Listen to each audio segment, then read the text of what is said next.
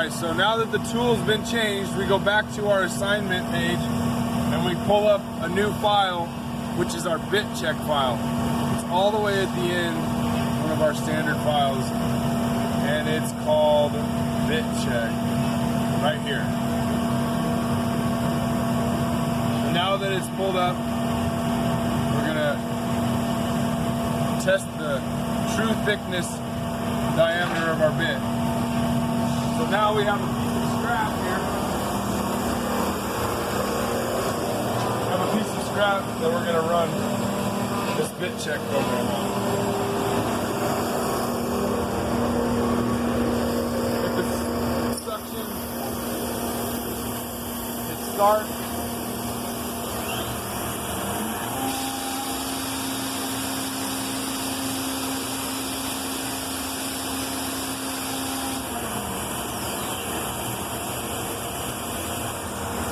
Now that it's done, we can walk in here and grab them.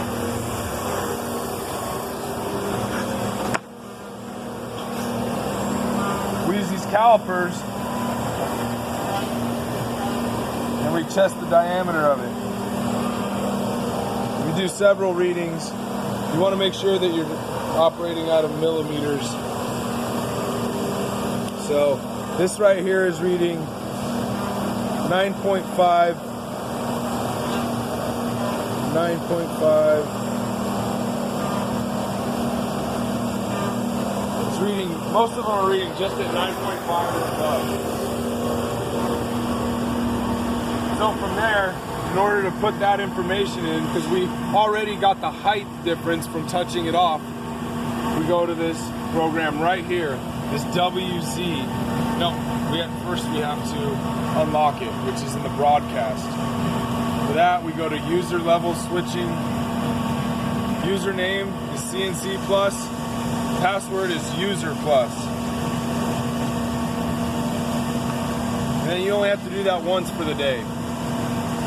And then from there, we go to this WZ, which brings up this info change that we can have. So for which tool we're working with, the 3/8 still, which is tool number 141, enter.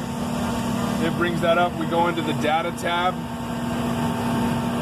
and here's what we're going to change is the radius, 4.7, and then the collision radius is also the same. They need to mirror each other. So half of 9.5 is 4.7. So I'm going to keep it the same. We really don't need to change anything. We can add, since it was just over 2/200ths of a millimeter, and from there we hit F7, which is confirming the new changes that we have. We hit OK, and now it's accounted for the new diameter of the bit.